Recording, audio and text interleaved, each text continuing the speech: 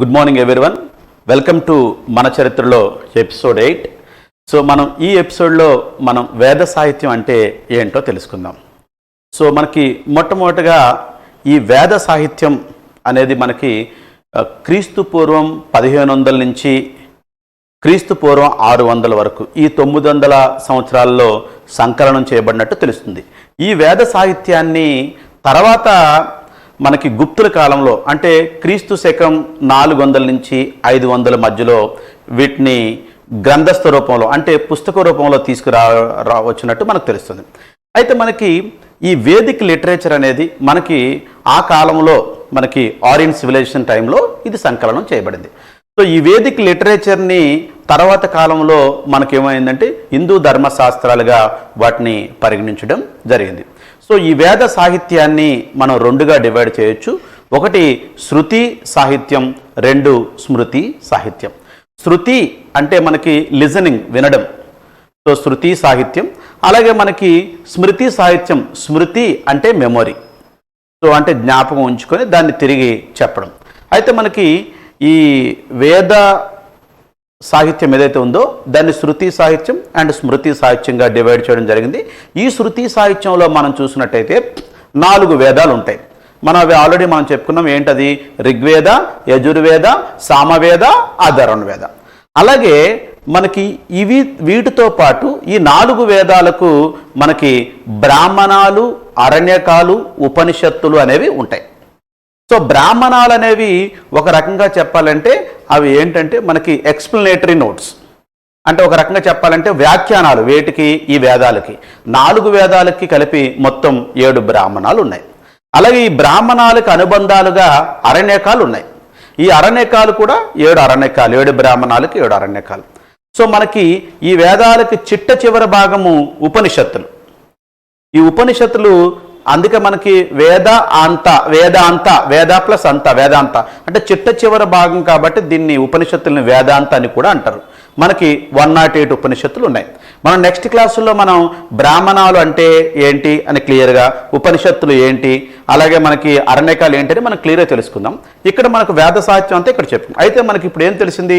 శృతి సాహిత్యంలో మనకి 4 వేదాలు, సో వేదాలకు బ్రాహ్మణాలు, అరణ్యకాలు, ఉపనిషత్తులు ఉంటాయని మనకు తెలిసింది.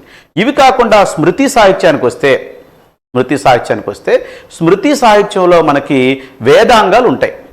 మొత్తం 6 వేదాంగాలు. ఈ వేదాంగాలనే మనం ఎలా అంటారంటే వేదాలకు ఈ వేదాంగాలు అనేవి మనం ఒక రకంగా చెప్పాలంటే, సో ఒక వేదాన్ని మనం హ్యూమన్ బాడీగా తీసుకుంటే సో ఈ వేదాంగాలు అనేవి హ్యూమన్ బాడీలో పార్ట్స్గా పరిగణిస్తారు. అలాగే ఈ వేదాంగాల గురించి మనం నెక్స్ట్ క్లాస్లో క్లియర్గా చెప్పుకుంటాం. శిక్ష, నిరుక్త, వ్యాకరణ, జ్యోతిష్య, ఛందస్సు, కల్ప అని 6 వేదాంగాలు ఉంటాయి. సో ఈ 6 వేదాంగాల తర్వాత ఈ స్మృతి సాహిత్యంలో మనకి ఉపవేదాలు ఉంటాయి.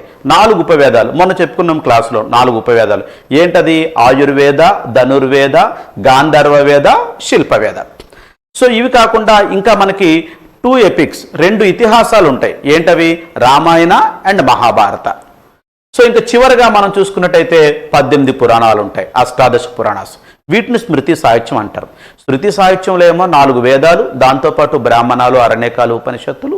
అలాగే స్మృతి సాహిత్యంలో మనకు 6 వేదాంగాలు, 4 ఉపవేదాలు, 2 ఇతిహాసాలు, అలాగే మనకి 18 పురాణాలు. అయితే ఈ శృతి సాహిత్యం ఏదైతే ఉందో, మన శృతి అంటే లిజనింగ్ అన్నాం, ఈ శృతి సాహిత్యాన్ని అపురుషేయ అని పిలుస్తారు.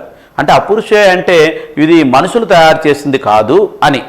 సో వీటిని దేవుళ్ళు సేజెస్కి పంపిస్తే, అంటే ఋషులకు పంపిస్తే అక్కడి నుంచి ఇది ఒక జనరేషన్ నుంచి ఇంకో జనరేషన్, ఒక తరం నుంచి ఇంకో తరంకి అలా ఓరల్ ట్రాన్స్మిషన్ అంటే మౌఖికంగా సో చెప్పడం ద్వారా ట్రాన్స్మిషన్ అయ్యింది. సో వీటిని 400 నుంచి 500 సంవత్సరాల మధ్య ఎప్పుడు మనకి గుప్తుల కాలంలో క్రీస్తు శకంలో వీటిని గ్రంథస్థ రూపం అంటే బుక్ రూపంలో చేశారని మనకు చెప్పడం జరిగింది. సో ఇకపోతే మనకి స్మృతి సాహిత్యాన్ని పురుషేయ అంటారు. అంటే it was made by man, వీటిని మనుషులు తయారు చేశారని. సో మనకి స్మృతి అంటే మెమొరీ అని చెప్పుకున్నాం, అంటే జ్ఞాపకం ఉంచుకొని దాన్ని కింద జనరేషన్కి ఆ నాలెడ్జ్ని పాస్ చేయడం. ఏదేమైనా 1500 నుంచి 2000 సంవత్సరాల పాటు ఈ వేద సాహిత్యం అనేది మౌఖికంగా ఒక తరం నుంచి ఇంకొక తరంకి పాస్ అవుతూ చివరికి ఇవి మనకి క్రీస్తు శకం 500 కాలంలో వీటిని బుక్ రూపంలో అంటే గ్రంథస్థం చేయడం జరిగింది. సో ఇది మనకి ఈ వేద సాహిత్యంలో ఉండేటటువంటి పార్ట్స్. ఈ పార్ట్స్ అన్నిటి గురించి మనం నెక్స్ట్ క్లాసులో వివరంగా ఒకదాని తర్వాత ఒకటి మనం చెప్పుకుందాం. Thank you and all the best.